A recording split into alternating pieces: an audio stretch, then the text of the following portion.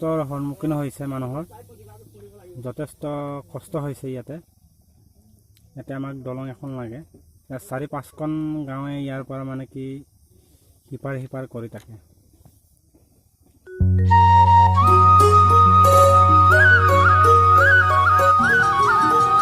মতা মাইকী হ'লেও নিবলগীয়া হয়।